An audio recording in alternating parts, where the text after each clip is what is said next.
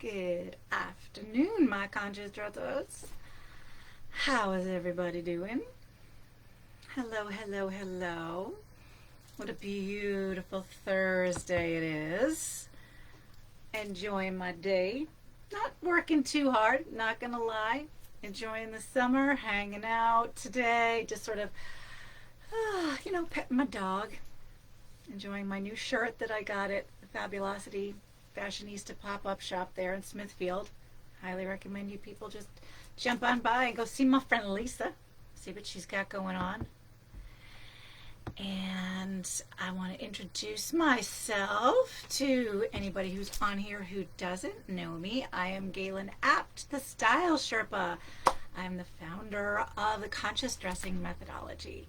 I help people create change in their life by making them have access to tools that they can use to shift their mindset, be more confident, and just be empowered to show up. And of course, clothing is one of my favorite tools because I am the Style Sherpa. Clothing has always been an amazing tool for me. So I just love sharing it with my people.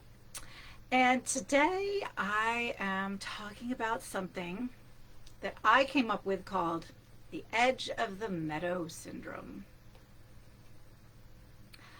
A meadow is, we think of a meadow and we think a meadow is just beautiful, right? It's calm, it's peaceful. Oh, the deer in the meadow, and there's lush green grass and delicate flowers. And there's, the tree line has the shade where it's nice, cool beneath there. So it seems like such a peaceful place, but meadow can actually be quite precarious. So if you go out into the meadow, you're completely vulnerable, fully exposed, and visible, fully visible, because you are out in the open. There's nothing to hide behind, but that's where the grass is the most tender and sweet. If you're a deer, a rabbit, that's where you're going, because it's the sweet, tender stuff. It's where the sun warms your back, and the skyline just seems limitless. There's opportunity for growth. It abounds in a meadow. Like, everything is just amazing in a meadow. Now, if you hang out in the woods, on the other side of that meadow is the woods. The woods are proven to be safe. We know them. There's trees to hide behind. We know the paths where all the berries are. We know where our little hole is to hide, and we know where our people are, our little furry friends who are there to help us. We got that. Like, we're safe there. We know it inside out. It's where we've lived most of our life. But, the vegetation's kind of woody and sparse.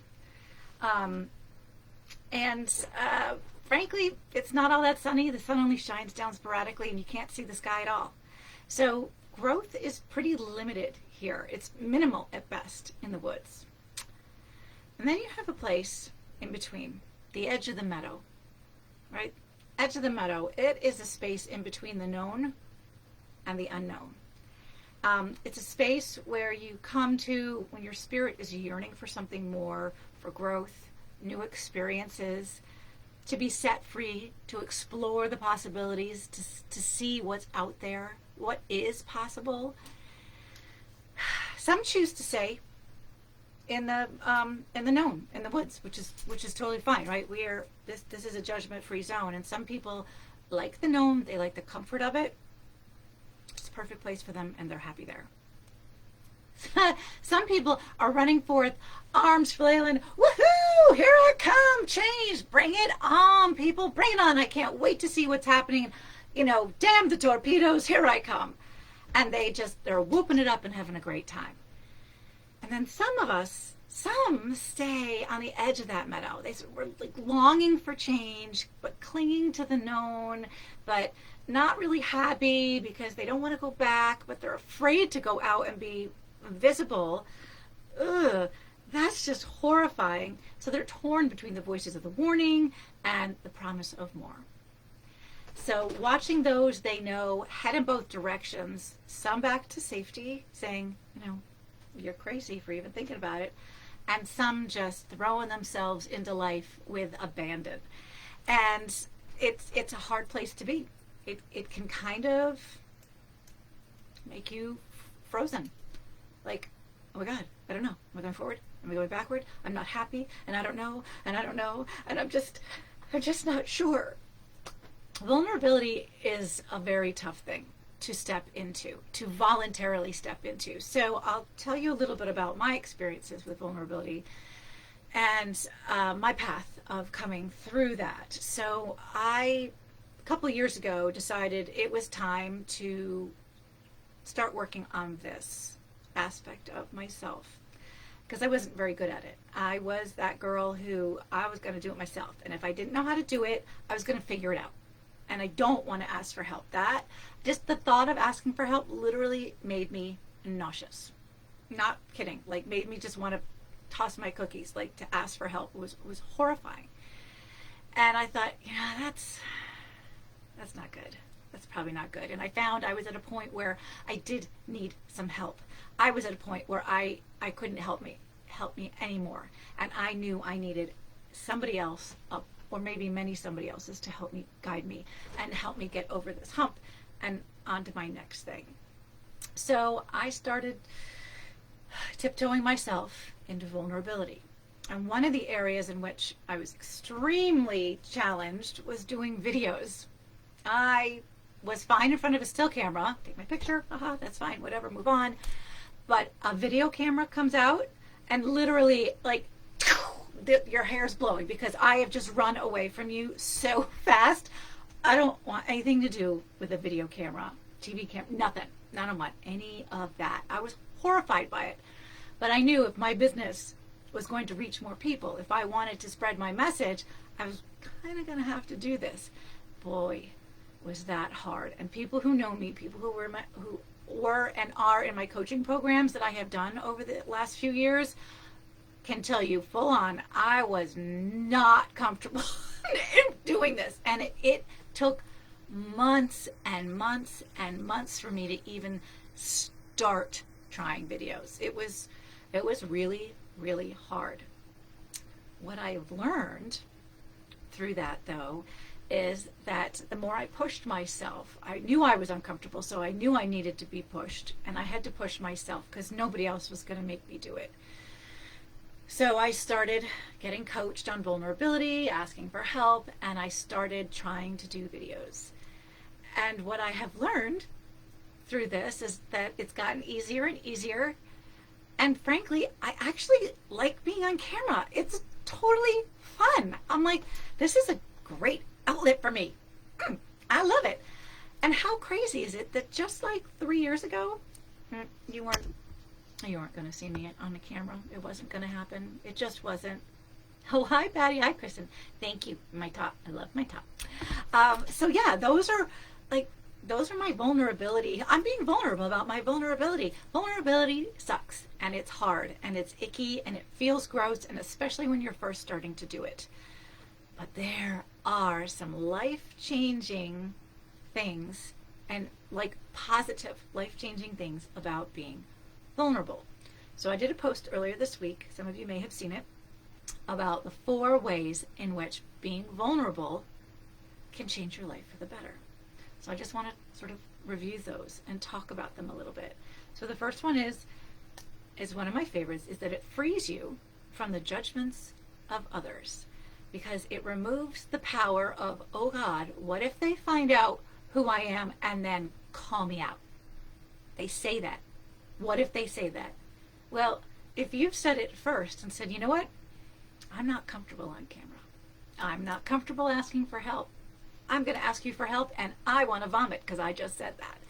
All of a sudden, you've taken the power out of the thought. You've taken the power out of anybody else's hands, because you're like, yep, I'm owning it. This is where I'm at. I am imperfect in this time, and I need help.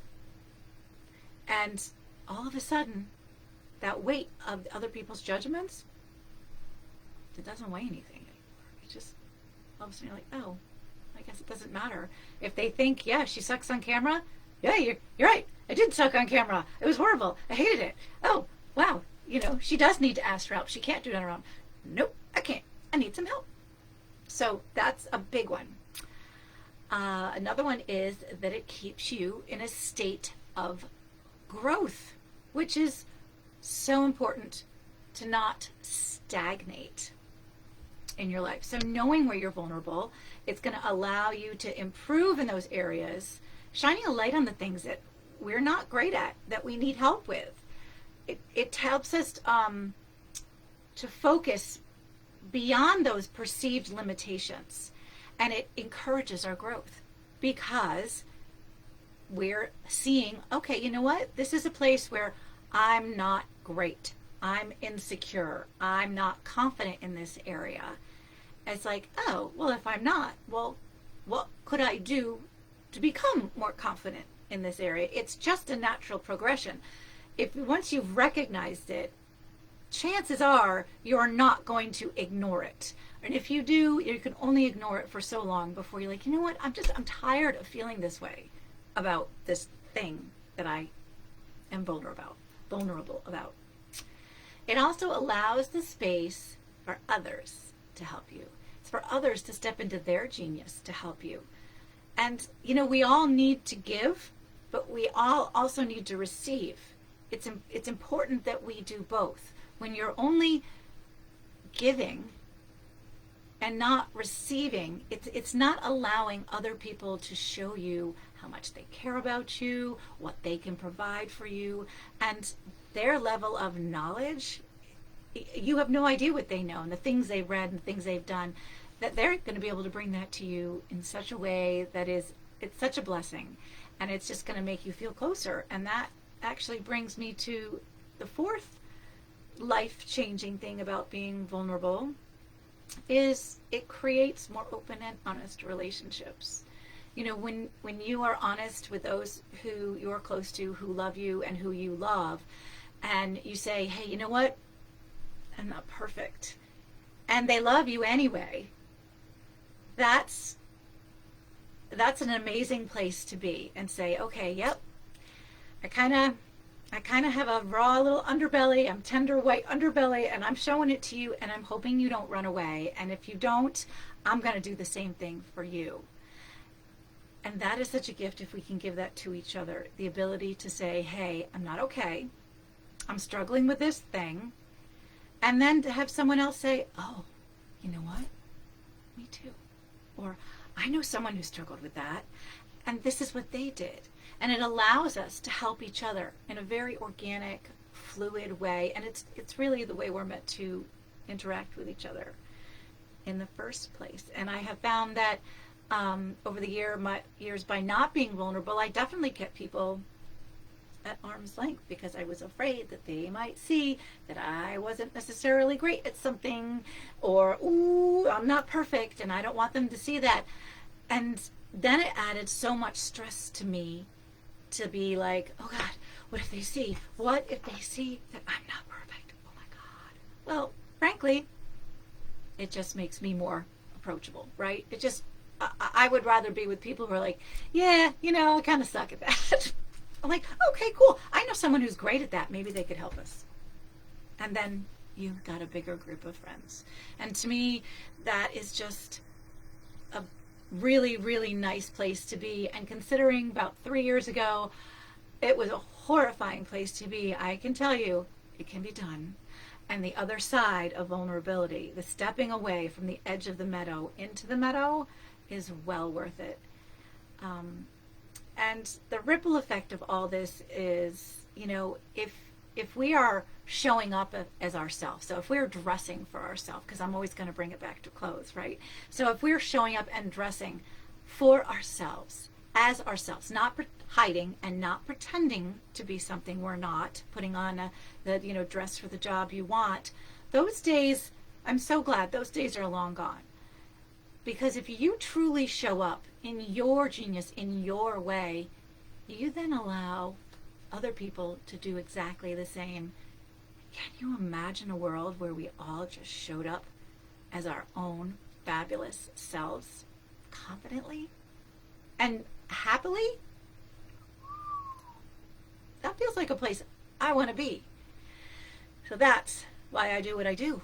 Really, it's because I want to live in that place. I want to live in a place where you and you and you and you and you and you and you and you and you and you all show up as you want to show up. because that's just delicious. I'm just going to check the comments, see what's going on.